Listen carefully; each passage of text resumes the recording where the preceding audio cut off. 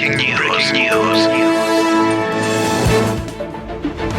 Waziri Mkuu wa zamani wa Kenya Raila Odinga amefariki dunia akiwa na umri wa miaka 80. Odinga amefariki leo Jumatano wakati alipokuwa akipokea matibabu katika hospitali nchini India.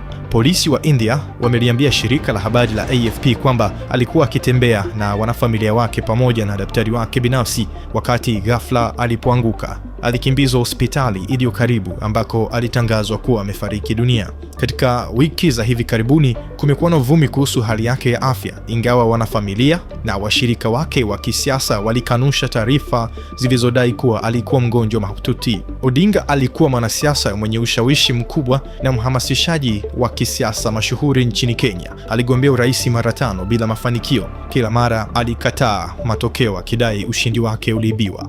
Baada ya uchaguzi wa mwaka 2017, mahakama ya juu zaidi nchini Kenya ilimpa ushindi wa kihistoria ilipofuta matokeo ya ushindi wa Uhuru Kenyatta na kuamuru uchaguzi urudiwe. Hata hivyo, alisusia marudio ya uchaguzi huo akitaka mageuzi ya tume ya uchaguzi. Uchaguzi wa mwaka 2007 ambao Odinga alidai alinyang'anywa ushindi na Mwai Kibaki ulisababisha mgogoro mkubwa zaidi katika historia ya Kenya. Ghasia zililipuka kote nchini Kenya zikiwa watu takribani 1200 na kuwalazimisha watu wapatao 600,000 kukimbia makazi yao. Ili kutatua mgogoro huo, makubaliano ya kugawana madaraka yalifikiwa chini ya upatanishi wa katibu mkuu wa zamani wa Umoja wa Mataifa Kofi Annan na kuunda serikali ya umoja wa kitaifa ambapo Odinga aliteuliwa kuwa waziri mkuu.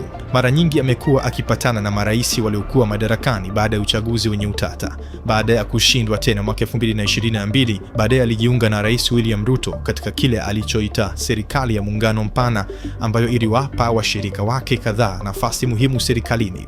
Alitetea uamuzi huo kama muhimu kwa ajili ya umoja wa kitaifa, hasa baada ya maandamano makubwa ya nchi nzima mwaka uliopita. Serikali ya Ruto iliunga mkono azma ya Odinga kugombea nafasi ya mwenyekiti wa tume ya Umoja wa Afrika katika uchaguzi uliofanyika mapema mwaka huu. Licha ya kupata uungwaji mkubwa wa kikanda, alishindwa dhidi ya Mahmoud Ali Yusuf wa Djibouti. Katika maisha yake yote kisiasa, Odinga alipata ufuasi wa dhati na wa kipekee. Wafuasi wake walimuita Baba Agwambo kwa maana ya tukio la Mungu, na Tinga, jina lililotokana na alama ya chama chake wakati wa uchaguzi wa mwaka 1997. Mapambano yake dhidi ya utawala wa chama kimoja yalimsababishia kufungwa mara 2 kutoka 1982 hadi 1988 na 1989 hadi 1991 chini ya utawala wa Daniel Arap Moi. Awali alifungwa kwa tuhuma za kuhusika katika jaribio la mapinduzi la mwaka 1982, tukio lililomuinua na kumweka katika jukwaa la siasa za kitaifa.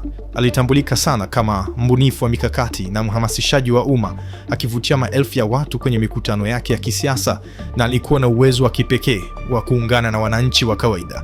Atakumbukwa kwa mapambano yake yasiyoyumba katika kutetea uhuru wa kidemokrasia na haki za kibinadamu. Hii ni Poa Africa.